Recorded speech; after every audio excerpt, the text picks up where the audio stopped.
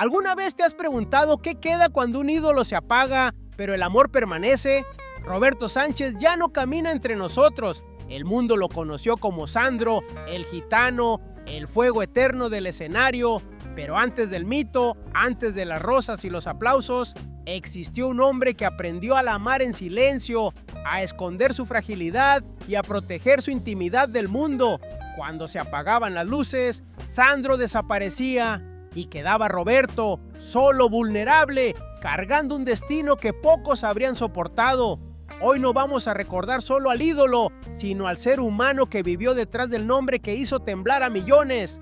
Quédate, porque esta historia no se escucha, se siente.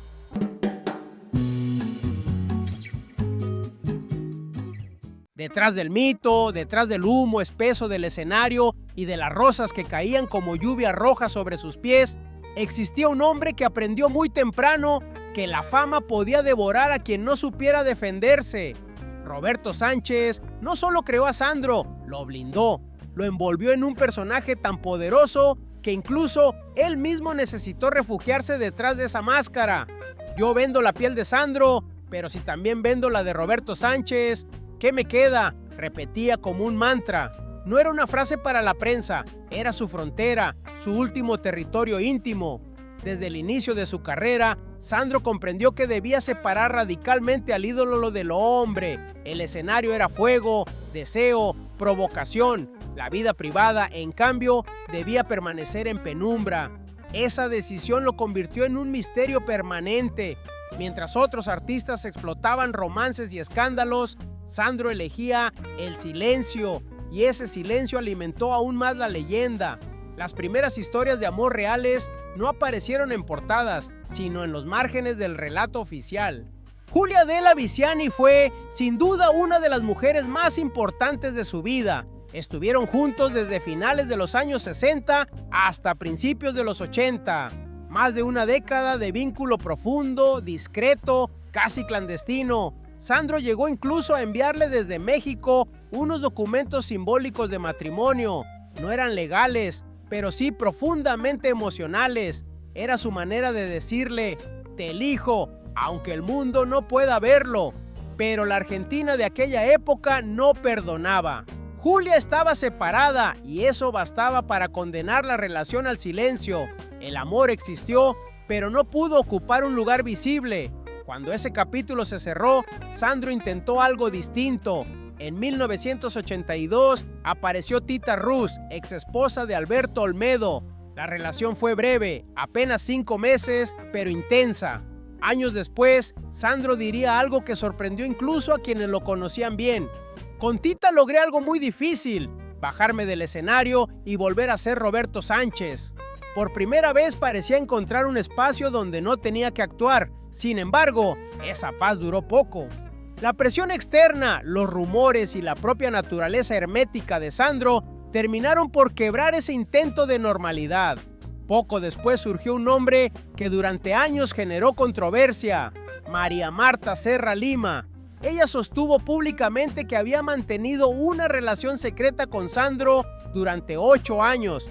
Habló de encuentros ocultos, de llamadas a deshoras, de un amor condenado a permanecer en las sombras. Incluso llegó a insinuar que la canción Cosas de la Vida hablaba de ellos. Me faltaba el aire, no podía besarte y te amé en silencio, decía la letra. Sandro, fiel a su costumbre, lo negó todo. Nunca confirmó ni desmintió con detalles, simplemente cerró la puerta. Mucho más silenciosa, pero también más duradera, fue su relación con María Elena Fresta.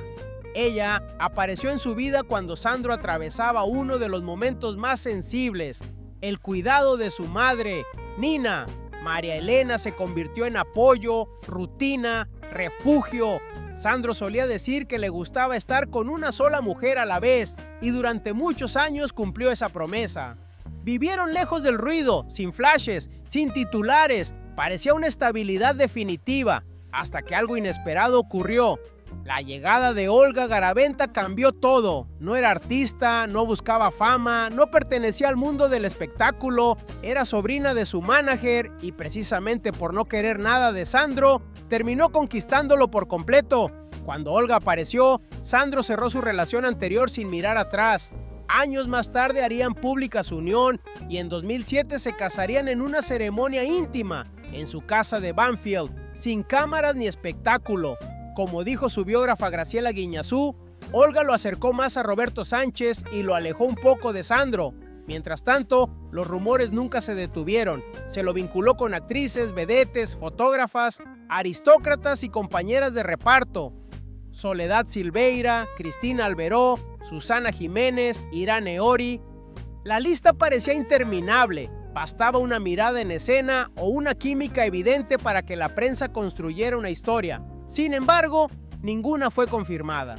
Y quizás allí residía parte de su magnetismo. Sandro no se entregaba del todo, siempre quedaba algo fuera de alcance. Con el paso del tiempo, el cuerpo comenzó a cobrar lo que la fama había exigido. En 1998, tras un largo silencio, Sandro regresó con el espectáculo Gracias. 35 años de amores y pasiones. Para el público fue una celebración, para él una resistencia. Ese mismo año se hizo público el diagnóstico que llevaba tiempo ocultando: enfisema pulmonar crónico. Había fumado desde los 10 años y el tabaco, compañero inseparable de su juventud, le había pasado factura. A pesar del dolor, Sandro no se rindió. En 2001 regresó con El Hombre de la Rosa. Cantaba con dificultad, con un tanque de oxígeno cerca, pero con la misma entrega de siempre. Cada aparición era una prueba de voluntad. En 2004 emprendió la gira La Profecía. No podía volar, así que recorrió el país por carretera. Cada show se sentía como una despedida silenciosa. Ese mismo año recibió el Grammy Latino a la excelencia musical, un reconocimiento a una vida entera de pasión y resistencia. En octubre de 2006 ofreció su último recital en el Gran Rex. La voz estaba herida, pero el espíritu intacto.